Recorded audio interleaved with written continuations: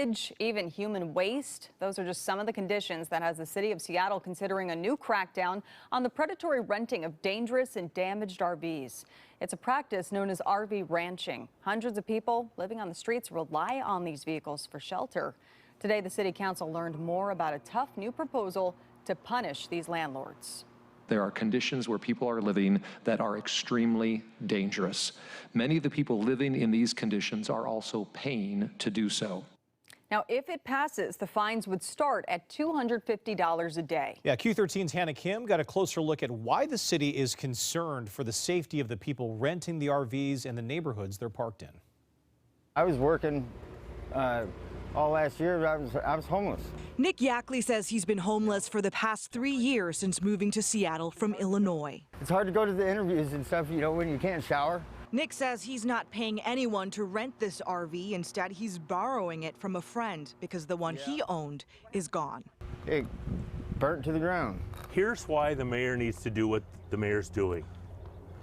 Someone who's living in here and it lit on fire. Many times those RVs burned and crumbling end up here at Lincoln Towing. Again, watch where you step.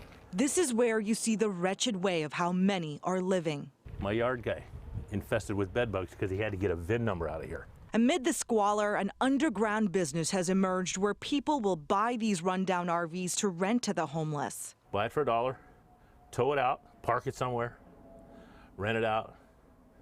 As soon as it gets the 72-hour sticker, pull it somewhere else, around the corner, and then finally it gets impounded, it comes back here, then somebody else gets it for $1. Lincoln Towing manager Chuck Labertu says he no longer allows people to buy an RV for $1 at an auction. This is not Seattle.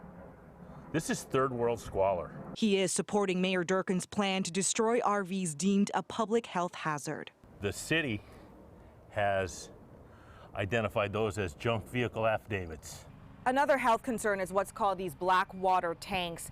Chuck says that all of the RVs have them and they contain human waste. Not only does his employees have to deal with them, but a lot of the times he says they break and the waste seeps into the streets.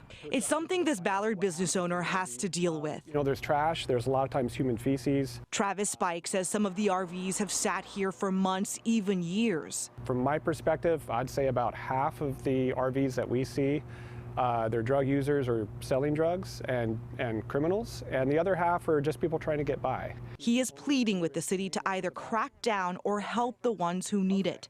And across the street, Nick Yackley says some are choosing to live this way, but he wants better. It's like, what are we to do? You know?